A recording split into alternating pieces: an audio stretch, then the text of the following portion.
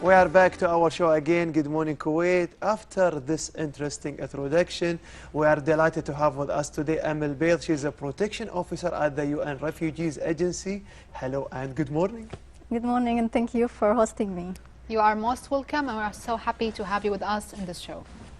So first of all, Mrs. Amal, since we are the 5th of September, which is the International Charity Day, so what is actually the history of this day, and why UN actually commemorate this day in every year, the 5th of September? The International Day of Charity was founded in order to sensitize and mobilize individuals, states, and NGOs in order to help people, especially those in humanitarian crisis and in situation of need. Yes.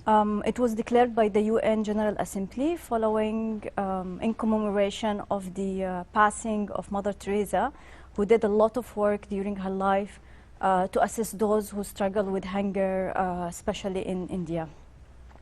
And then the day is also used and celebrated every day to recognize all of the efforts and the role of charities in basically supporting and giving a hand to those in need. Nice. Those in need. So why exactly the 5th of September? Because it is the day where the Mother Teresa passed away on the 5th of September. Okay. And you know, like, she's also won the Nobel Prize in 1979, and she did a lot of her work during her career to assist those in poverty. That's so in recognition of her efforts, but also to keep a day in the minds of the public, the UN decided to declare it as the UN Day, International Day for Charity. That's a great commemoration, actually. And thank you for the great question and for the great answer also. We know something new information about the Mother Teresa. So from Mother Teresa, from all these years until today, and we're doing the charitable work, we do volunteerings, UN doing their work, you are working with this entity, we are doing our job just to be a volunteers. So we keep volunteering all the time in Africa and too many continents. How is it the relation between charitable work with the development of any society, in your point of view? It's very related and it's very important. So charity is based on the principle of volunteerism and philanthropy.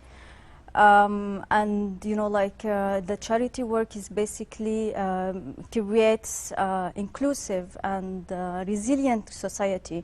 It strengthens the social bonds among the social members, among the society members, and also not to forget that oftentimes in humanitarian crisis, the public services and the social net basically are not very strong. Not like so now, exactly, so the charity work comes to support it and give additional support to housing, shelters, and education, health, all of the services people need. Yes. And also we can see also the glimpse about some of the charitable work, like the UN doing also from the UNHCR, even the big screen behind you here in the left side. There's some of the work, Sarah. Yes, exactly. Can you describe to us, where was that actually?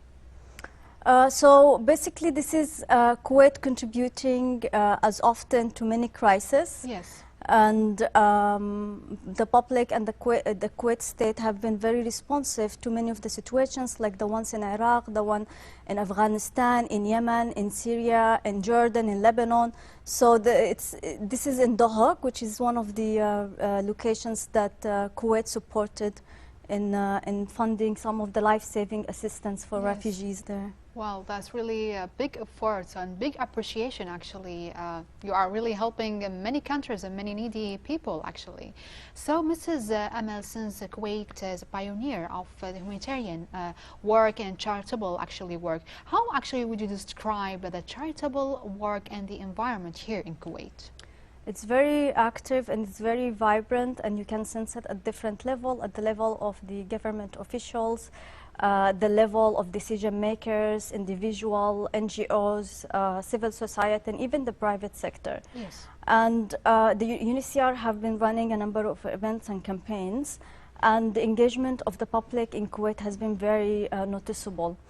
And this is why UNHCR, in collaboration with the government of Kuwait and the public in Kuwait also, have been assisting a number of millions of refugees and asylum seekers, internally displaced persons in a number of years with very vital and life-saving assistance. Well, we are really proud to be Kuwaiti, isn't it? We are proud to be Kuwaiti, and we are proud of all that we call the volunteers all around the world. Exactly. Before that, I already spoke to you about the relation between charity and development. So now, time by time, we already see too many reposts, too many videos about the volunteering, about the charitable work of UN. What about the sustainable development? I know there is too many programs to achieving this kind of development. Tell me more.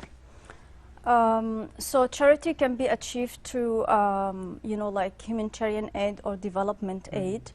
And the differences between them is that humanitarian aid is often given at the start, during, and after emergencies. And it covers the extreme basic and life-saving assistance. Nice. Development comes to deal with ongoing and structural issues, like, for example, extreme poverty in certain country, and you know, like this hinders economic, social and institutional development. Yes. And both humanitarian development aid complement each other, and development aid should pick where the humanitarian aid phase out. Now the agenda, the Sustainable Development Agenda for 2030 came up with a number of priorities, among them, for example, like eradicating poverty, but also a very important principle, which is leave no one behind. And this principle is based on non-discrimination, meaning that for any development, we need to include everyone, especially those in excludable communities and unprivileged communities. So if you do that, then we basically eradicate the inequalities within the community, and then we call upon everyone to basically come in and then contribute together. So it's like the main message is like anti-racism, Sarah. Exactly. And anti-discrimination. Nice. Discrimination. So, Mrs. Amal, we have a tiny flash will be shown on the screen, and we'd like from you to describe it for us. Let's check it.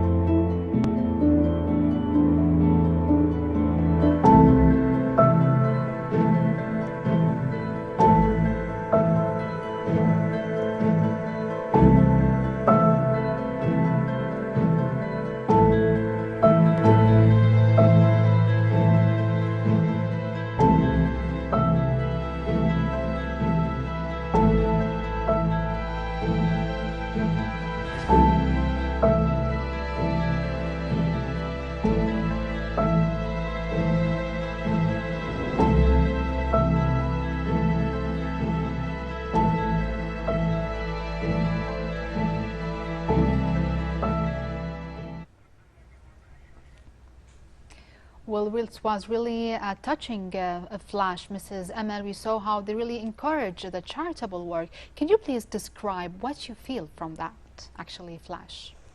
It's very touching, and it's very inspiring also to see that there are a number of people, you know, like individuals, not necessarily like states or decision makers, contributing into saving lives and into elevating persons from humanitarian crisis. You can feel it at your personal level, and when you work closely with the communities that are unprivileged, then you can see exactly how you know, like a small charity can make a difference in people's lives. That was really great. I noticed one of the flashes, the name is like Empower Communities. And this lady is working in something. So when you mention about the communities, we have organization, we have non-profit organization, we have charitable places, all this kind of environment, all this kind of organizations, you are working also with them hand by hand for the sake, for the safety, and for charitable. So we've been in too many crises, too many like things happening in the world. Tell me about how these kind of organizations working with the UN to achieving for the sake, for the helping the others. When the international community came together in 2015, and then they decided that they have the Sustainable Development Goal for 2030, they realized that poverty is among the main challenges the globe faces. And they realized very well that this cannot be combated only by states. It needs concerted efforts by everyone, and that include private sector, individuals, NGOs, decision makers. Everyone needs to come together, put hands in hands, and share this burden and contribute together to alleviate these persons from poverty. Nice. So this is like they're working and what they are doing for the others also, Sarah. Yes, exactly. So do you have actually any advice for like the young generation about the charitable work to encourage them actually to do such a noble work, Mrs. Amal? Every year we have around 1 to 2 humanitarian crises erupting. Yes. Of recent, we had the Pakistan crisis started in June and left more than 11,000 deaths so far. And this crisis, they make you feel like there is a role that you need to play. You need to raise your awareness about it, not necessarily donate, but also, feel for these people, ensure that you spread messages about them, ensure that you do something so that this crisis, they don't really continue and move from emergency to practice situations where these people cannot find anything for them to survive on. Well said. And also today you have also a press conference in the UN also administration to talk more about what's happening for this crisis. Now this question about you, Madam Amal. 12 years you're working in UN. Now you are a protection officer in the UN refugees. What about your role? What is that this title means? If we need to know more about your work. So the protection unit is basically responsible for communicating and dealing and assisting persons of concern, which is like asylum seeker, refugees, IDPs, etc. And they're at the front line in dealing with them. And we need to ensure that they do enjoy access to services, they do enjoy basic human rights, there are no violations to these rights, and that they're protected from any harms that could affect their freedom or life. Nice. So this we seek you are this very responsible job, because you are seeking and you are searching always to helping others also, Sarah. Helping others. Exactly, and finding solution is among the main challenges. Yeah. Exactly. Well, actually, big appreciations and big thanks to you and to all the UN actually who are doing a really noble work, such a humanitarian job you are doing. So big appreciation and thanks to you, Mrs. Thank Amal. you for hosting me again. So all thanks to and appreciation to our guest today, Albeedh. She is from we call it the protection officer at the UN refugees. She already talking to us today about the commemorates of the 5th of September, the International Day of Charity. So dear viewers, don't go away. Let's go to this tiny break. Then we'll continue your show, GMK. Good morning, Kuwait.